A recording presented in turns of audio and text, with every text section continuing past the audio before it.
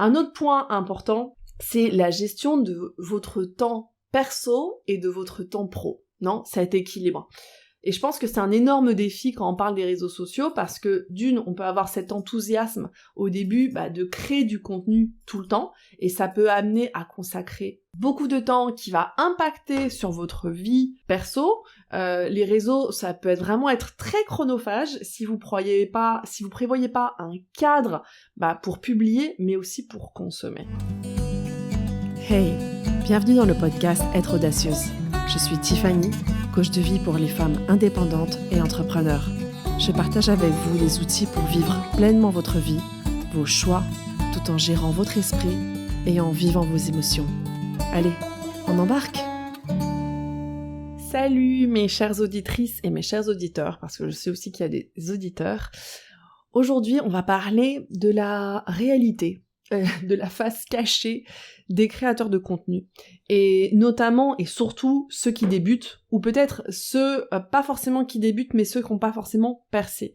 Parce qu'il y a une réalité, c'est que je trouve qu'on parle énormément de qu'est-ce qu'il faut faire sur les réseaux sociaux, quels sont les incontournables, quelles sont les choses que tu dois faire, mais on parle peu finalement des défis qu'on rencontre quand on décide de se lancer sur les réseaux sociaux. Quand on est entrepreneuse, quand on est indépendante, quand on veut lancer son activité, aujourd'hui, c'est presque incontournable finalement d'avoir une présence sur les réseaux sociaux pour construire ou pour cultiver une communauté, non ?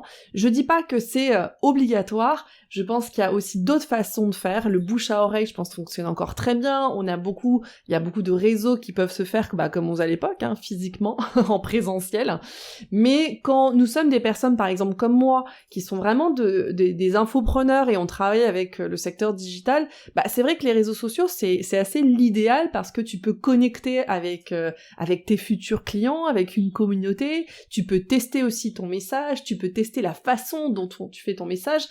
Donc c'est vrai que c'est un super outil et il y a énormément de personnes qui percent grâce aux réseaux sociaux.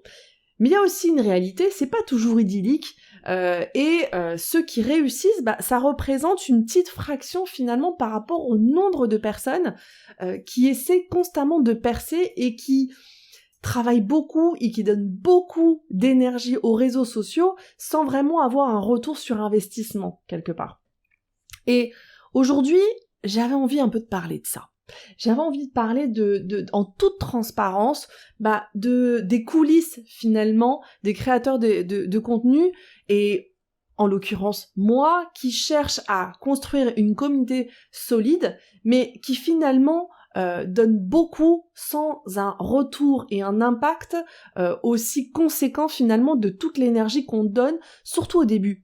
Parce qu'en plus au début, il faut apprendre l'outil, non ? Moi je me prends vraiment là comme exemple, et pas seulement, je me suis réunie avec des entrepreneuses ce week-end, et finalement j'ai l'impression qu'on était un peu toutes dans la même merde, entre guillemets, tu vois. Ça fait des mois que tu crées du contenu, que tu cherches comment tourner ton message, tu cherches comment fonctionne l'application, les subtilités de chaque chose, les outils que tu dois apprendre. Parfois même, tu t'inventes designer avec Canva alors que t'avais jamais touché à ça. Et donc, c'est énormément de boulot. D'ailleurs, il y a même le mot chronophage. Là, tout le monde a ce mot au bout des lèvres. Et je pense que ça a à voir avec cet essor finalement des réseaux sociaux et l'essor aussi de, on veut percer, mais du coup, on doit apprendre plein de choses. Donc, on donne beaucoup de soi. Et au début, pour zéro résultat.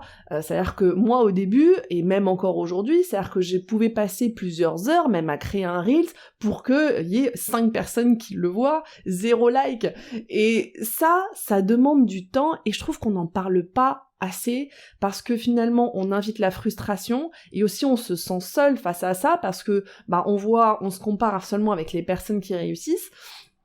Et on entend seulement ce qu'il faut faire, non ? Les 5 clés pour percer dans les réseaux sociaux, les 3 trucs que tu dois faire pour que ton post fonctionne. Voici les règles pour enfin créer une communauté. Mais finalement, on te dit pas la réalité et c'est vraiment ça que j'ai envie de transmettre avec beaucoup de transparence et je pense pas non plus dire la vérité dans ce podcast ou toutes vraiment les vraies transparences, parce qu'il y a aussi une autre réalité, c'est que le temps que j'enregistre cet épisode et le temps que vous l'écoutiez, ça se trouve, c'est désactualisé, parce que c'est ça la réalité des réseaux sociaux. Tu commences à apprendre finalement les outils, tu commences à te sentir à l'aise sur un truc, ça y est, c'est obsolète, on est passé à autre chose, et maintenant il faut apprendre une nouvelle version de format, ou une nouvelle version de ce qui est tendance. Donc, prenez en compte que quand vous allez écouter cet épisode, peut-être qu'il y a des choses qui ne sont plus d'actualité, mais ce qui est une réalité, c'est que mon expérience, je pense que si elle est pérenne en soi, parce que n'importe quelle personne qui démarre sur les réseaux, va se rencontrer à des défis, et je vais essayer au maximum de parler de tous ces défis. Donc j'ai essayé de lister, et j'ai listé, on va dire, 6 défis, entre guillemets, ou 6 choses à prendre en compte quand on démarre ou quand on est débutant sur les réseaux sociaux. Et débutant, ça veut pas dire j'ai démarré il y a 2 mois. Débutant, ça veut peut-être aussi dire j'ai démarré il y a 2 ans. Non, parce que c'est ça aussi la réalité, comme je vous disais. Ça peut prendre beaucoup de temps, et ça peut prendre beaucoup plus de temps de ce qu'on pensait. Donc, ma petite intro finie, on va commencer tout de suite à parler, finalement, je pense, des choses qui, selon moi, sont incontournables à prendre en compte dans son éventail, finalement, quand on veut démarrer sur les réseaux sociaux.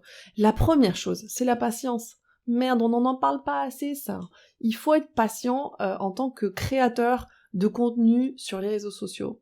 Ça veut dire que, comme je vous disais, vous allez donner beaucoup de vous allez devoir apprendre énormément de choses, mais les résultats significatifs, ils vont pas venir du jour au lendemain, ils vont pas venir d'un mois à l'autre, et il faut néanmoins rester constant, rester persévérant face à tous les obstacles. Et ça demande beaucoup de patience, beaucoup de compassion envers soi. Je pense que c'est aussi important pour avoir et alimenter cette patience, se rattacher à pourquoi vous le faites, et pas être attaché à la gratification immédiate du résultat.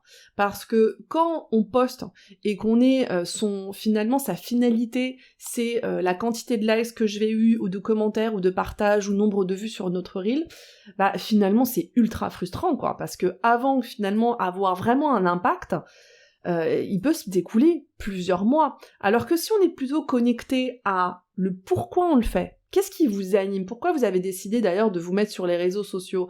Parce que si c'est vraiment seulement une finalité financière, je pense que vous ouvrez la porte, mais énorme, grande, à la frustration. Alors que si ce qu'on veut, c'est créer une communauté, c'est partager un message qui nous anime, qui nous fait vibrer, qui est important pour nous, parce que ce qu'on veut, c'est impacter, moi personnellement, c'est ça qui m'anime, et quand j'impacte, je me dis une personne, et c'est exactement ça d'ailleurs qui m'animait quand j'ai démarré le podcast. Donc là, j'en suis à l'épisode 70 et quelques, et moi, ce que je me disais en démarrant, c'est que je me disais, mais si j'ai une seule personne qui a écouté cet épisode, et à qui ça a impacté, et à qui j'ai pu alléger son quotidien, ou j'ai pu lui apporter quelque chose, j'ai tout gagné. Avoir cet objectif-là, et ce pourquoi-là, c'est ce qui me permet d'être patiente, parce que aujourd'hui, je n'ai pas une communauté gigantesque. J'ai une petite communauté qui, oui, je sens qu'elle est solide, parce que je vois que vous êtes chaque semaine là au rendez-vous. J'ai pas des milliers ou des centaines d'écoutes par semaine, mais si j'ai des gens qui sont là toutes les semaines, et ça veut dire que je leur apporte, et au début il y avait peut-être une seule personne, et la semaine suivante il y en avait peut-être 3, et le mois suivant il y en avait peut-être 5, et c'est ça la réalité. Donc je pense qu'il faut être patient, et vraiment avoir cette notion de dire, est-ce que je le fais parce que mon ego finalement est en train de driver le truc, et ce que j'ai envie c'est qu'on me dise t'es génial, t'es super, t'es canon, ce que t'as dit c'est parfait, ou tu veux plutôt dire non attends, je veux m'entraîner à transmettre un message, je veux apprendre l'outil, et ce que je veux c'est voir petit à petit comment construire cette communauté et comment impacter. Je pense que ça, c'est hyper important dès le départ, et hyper important de l'avoir en tête au fur et à mesure qu'on avance. Parce que sinon, on va vraiment inciter la frustration, et parce que ça va être vraiment lié à votre ego, quelque part. Et les réseaux sociaux, je pense, sont très aussi liés avec l'ego. Et on va en parler au fur et à mesure de cet épisode. Et pour suivre en fait finalement cette idée de patience, l'autre chose, c'est avoir beaucoup de compassion, mais j'ai inventé un mot, je crois qu'on va le garder, la compatience, de compassion face au temps et à l'effort qui est nécessaire. Parce que il faut avoir de la compassion envers son apprentissage. Pas seulement finalement d'abord par rapport à l'effort, mais c'est complètement lié. Parce que quand on est créateur de contenu et quand on démarre, on doit, comme je vous disais, investir beaucoup de temps avant d'avoir des résultats qui sont significatifs, mais ça implique développer des nouvelles compétences. Alors peut-être que vous les avez déjà, ou la personne qui écoute, mais moi personnellement, j'avais zéro compétence, on va dire, dans le marketing digital. C'est-à-dire que je connaissais peut-être, oui, le langage, parce que j'ai eu, dans mes métiers avant, j'ai utilisé les réseaux sociaux, mais pour vous être complètement sincère, il y avait toujours un community manager ou quelqu'un qui s'en occupait. Moi, j'avais plutôt cette idée et j'étais consommatrice, mais je n'étais pas la personne qui allait créer, et quand on crée du contenu, c'est pas seulement finalement écrire un texte, c'est aussi connaître les subtilités de chaque réseau, c'est savoir comment je planifie mon contenu, est-ce que je fais ça au feeling chaque jour quand j'ai du temps, mais finalement si déjà je cours dans tous les sens, ça finit par être un truc que je fais sur mes heures perso ou le soir.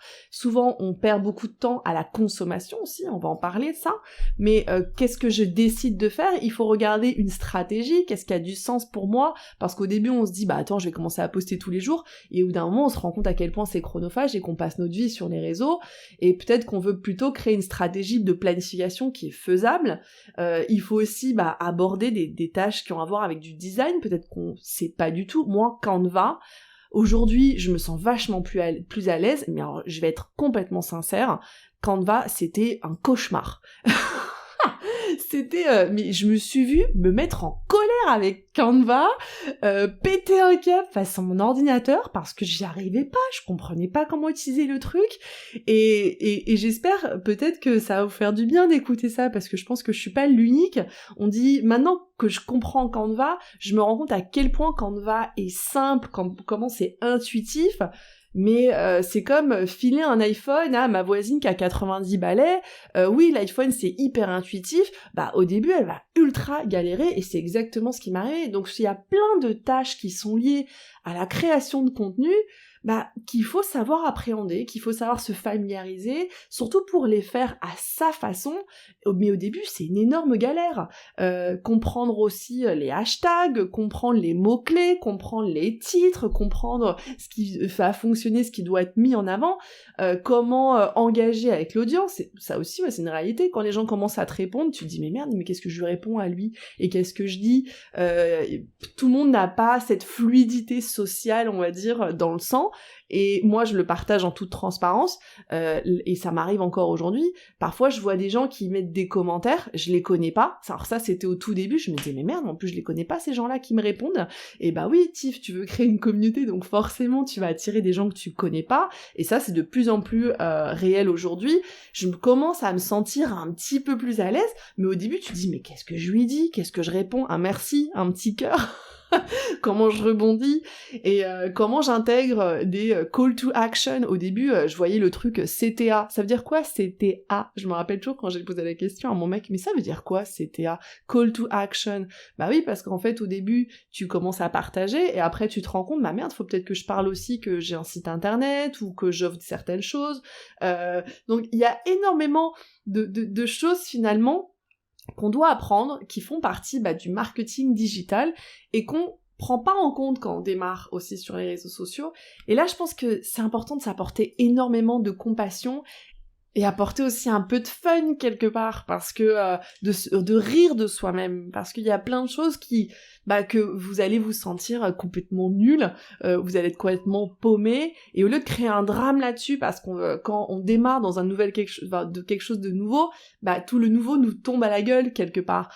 Et donc commencer un peu à rire de soi, parce que finalement, au fur et à mesure, vous allez mieux appréhender ces outils. Sauf qu'on nous dit pas ça, on nous parle tellement, on cherche sur internet, ou on écoute des vidéos ou des podcasts, et on vous dit il faut faire de telle façon, voilà les clés pour réussir, voilà les choses. Moi je pense que la clé pour réussir, d'abord c'est la compassion et la patience. Un autre point important, c'est la gestion de votre temps perso et de votre temps pro, non ? Cet équilibre. Et je pense que c'est un énorme défi quand on parle des réseaux sociaux parce que d'une, on peut avoir cet enthousiasme au début de créer du contenu tout le temps et ça peut amener à consacrer beaucoup de temps qui va impacter sur votre vie perso. Les réseaux, ça peut vraiment être très chronophage si vous prévoyez pas un cadre pour publier mais aussi pour consommer. Parce qu'il y a une réalité, les personnes qui sont derrière, tous ces ingénieurs de ouf qui sont en train de créer les plateformes, ils font tout ça pour que nous les consommions d'une façon excessive, les réseaux sociaux, ça a à voir avec cette adrénaline, cette dopamine, ces hormones de plaisir finalement qui nous poussent constamment à consommer. C'est-à-dire qu'on rentre sur Instagram ou sur LinkedIn ou quoi qu'est-ce, votre plateforme de prédilection, pour poster, et finalement il y a une vidéo qui pop-up tout de suite. Le pire, moi, c'était TikTok au début, quand je me suis mis, il y a tout de suite des vidéos qui sautent, et en 30 secondes, tu sais pas qu'est-ce qui s'est passé, mais t'as oublié pourquoi t'étais rentré sur la plateforme, et que t'allais publier, et t'es là en train de scroller ou de mater des vidéos.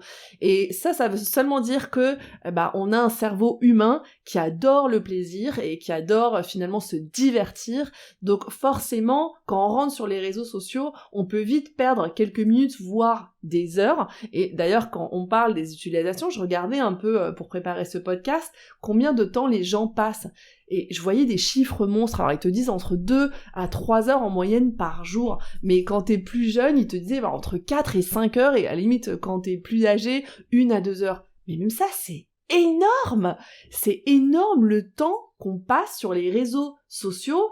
Et moi, la première, je commence à scroller, je commence à voir des trucs, parce qu'il y a une réalité, plus tu commences à suivre aussi des choses qui t'intéressent, plus t'as un fil d'actualité qui t'intéresse et à laquelle t'as envie. C'est vachement plus facile finalement d'être en train de scroller et de consommer que de te poser à créer tes propres posts et à voir quel hashtag et quelle image et quel visuel je vais utiliser. Donc cet équilibre finalement peut vite être impacté entre cette balance entre créer et consommer aussi. Donc prévoyez-vous un cadre. J'avais écouté, j'ai plus le nom en tête, un mec qui disait prévoyez-vous même un cadre physique quand vous allez consommer vos réseaux. Donc par exemple, le mec disait moi c'est assis par terre dans mon salon, comme ça j'enseigne à mon cerveau que le moment de consommer les réseaux, c'est à ce moment-là. Le moment où je travaille avec mes réseaux, c'est par exemple dans mon bureau ou dans certains cadres et un certain temps. Je pense que c'est fortement intéressant de se créer un cadre qui est faisable avec vous pour justement ne pas se perdre dans cette consommation et pour enseigner à votre cerveau aussi que vous avez une relation disciplinaire entre guillemets avec les réseaux où votre heure de boulot finalement n'est pas dépensée en consommant des vidéos, des reels ou quoi qu'est-ce. Une autre chose à prendre en compte, et je pense qu'on n'en parle pas assez aussi, c'est hauts et bas émotionnels. Parce que les réseaux, c'est directement lié aussi avec notre ego. Je veux dire, il y a un moment, on peut en être conscient, on peut se travailler là-dessus, le mettre de côté, quoi qu'est-ce, mais on est quand même des êtres humains, et quand on poste des choses, et moi je pense surtout pour moi personnellement, la question des Reels, au début ça me prenait beaucoup de temps, je me suis vue vraiment me mettre en colère avec mon téléphone, même comme si c'était sa faute, parce que ça a bloqué, parce que j'arrivais pas, parce que le truc s'était effacé, et finalement après pour que personne ne le voit, et dans l'autre sens, tout d'un coup tu fais aussi un reel que tu sais pas pourquoi est parti dans l'algorithme et t'as plein de vues, et forcément ton ego il est là quoi, il est là, soit il est au plus haut fixe, ou soit il est au plus bas parce que tu sens que t'as merdé, et ça peut vite nous décourager quand on ne prend pas ça en compte et quand on n'en est pas conscient, parce que des moments de doute, il y en a,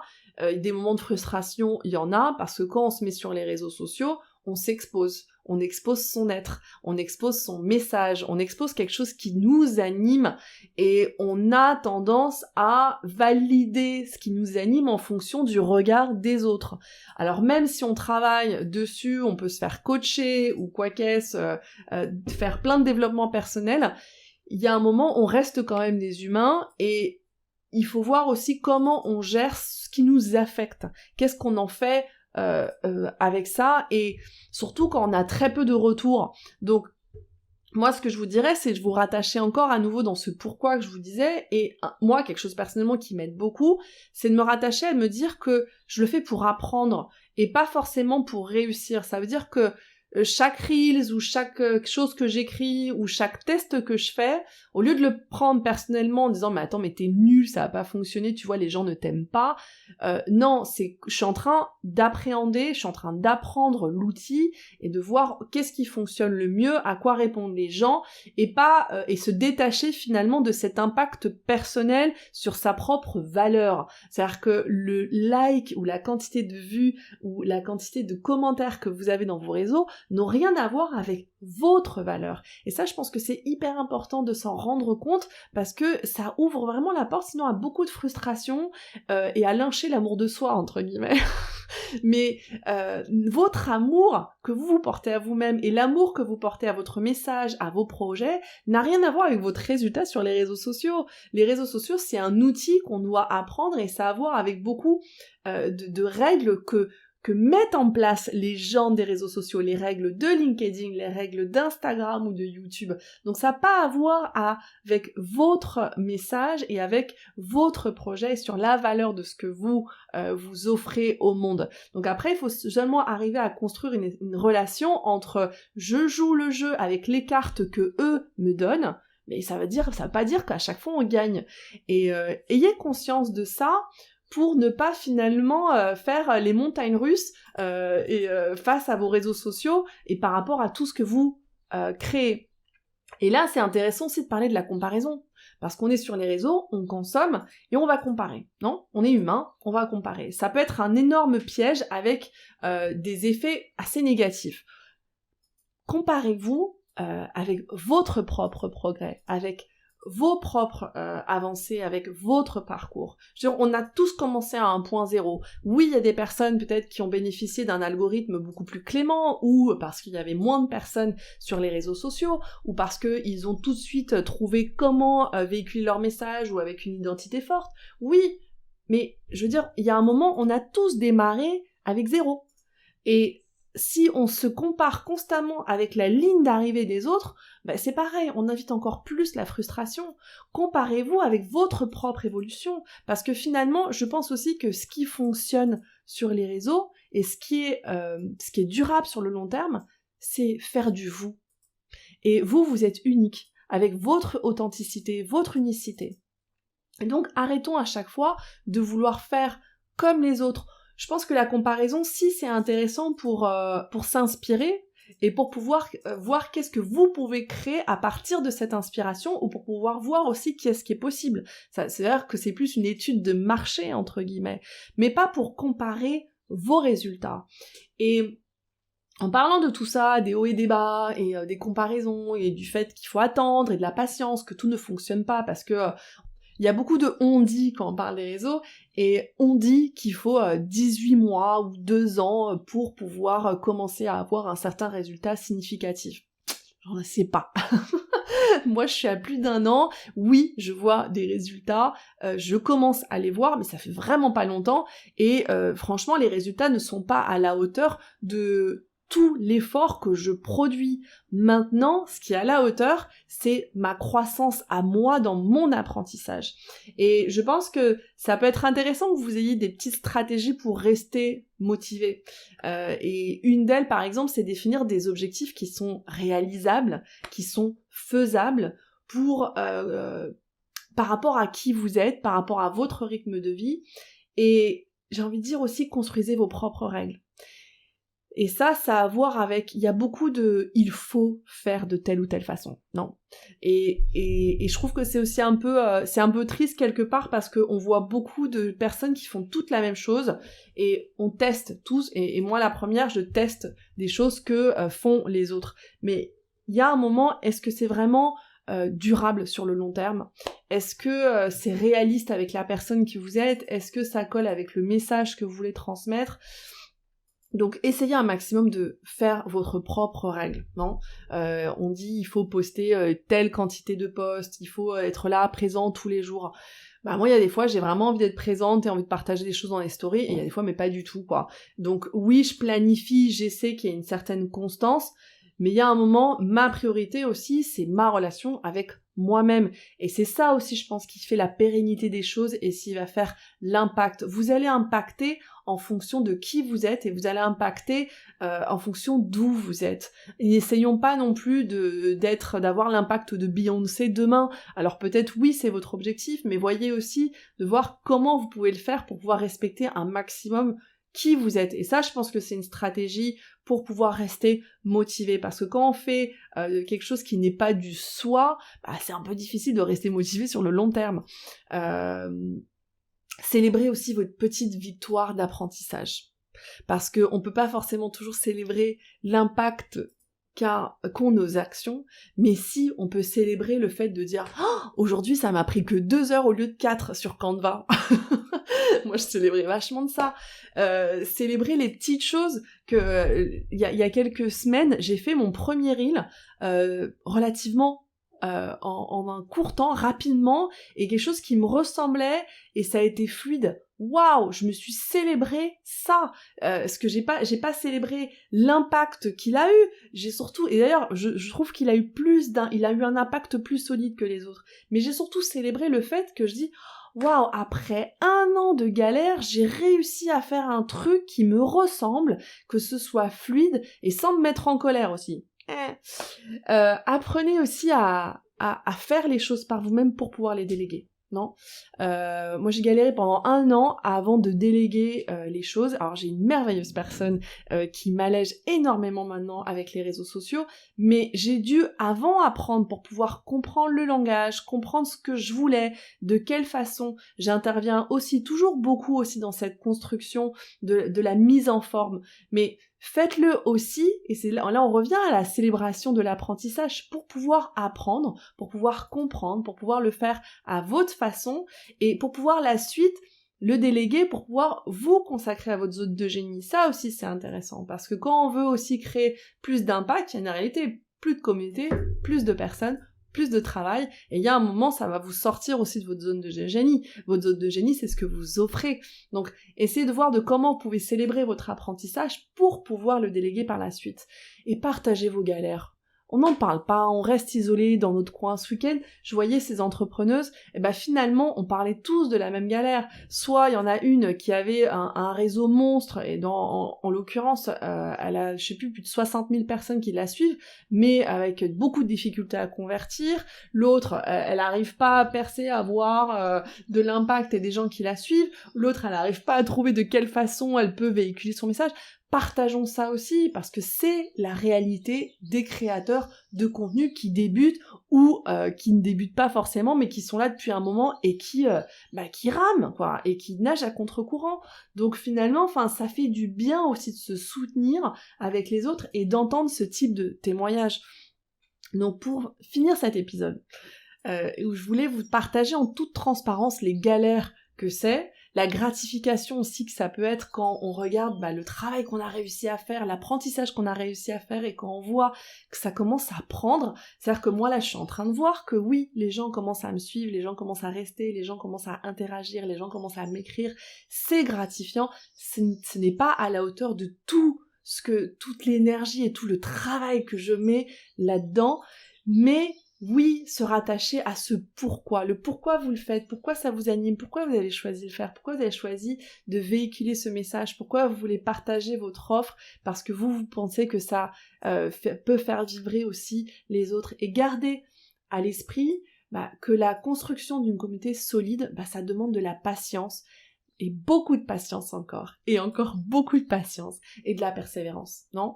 Et que oui, c'est en postant régulièrement et en étant constant que vous allez marquer la différence, mais il peut s'écouler des mois, voire des années avant d'avoir des résultats significatifs. Soyez constant, analysez vos statistiques, adaptez vos stratégies en fonction des réactions aussi des autres, mais restez connecté à qui vous êtes, à ce qui vous anime, à pourquoi vous le faites. Connectez-vous à ce pourquoi sans chercher tout le temps cette gratification du résultat immédiat qui va vous donner un shot de plaisir, mais qui va aussi après vous donner un bas émotionnel. Donc voilà, j'espère que cet épisode va vous servir. Si vous me suivez pas sur les réseaux, du coup j'en profite, allez, suivez-moi, parce que j'y mets beaucoup d'amour, j'y mets beaucoup d'énergie, et j'essaie de construire cette belle communauté qui commence peu à peu à fleurir et avec qui j'ai envie de partager beaucoup de messages qui m'animent. Je vous souhaite une bonne fin de semaine et on se parle au prochain épisode. Mon podcast vous plaît ? Abonnez-vous pour ne manquer aucun épisode. Partagez-le avec vos proches et soutenez-moi en laissant un avis 5 étoiles sur la plateforme que vous utilisez. 1000 merci. Et si vous voulez bénéficier d'un accompagnement, je vous invite à vous rendre sur mon site internet tiffanymaquet.com. Vous pourrez réserver une session gratuite de coaching avec moi, mais vous trouverez aussi l'information sur mon programme pour les femmes entrepreneurs qui veulent lever leurs barrières limitantes pour atteindre leur objectif. Alors à très bientôt!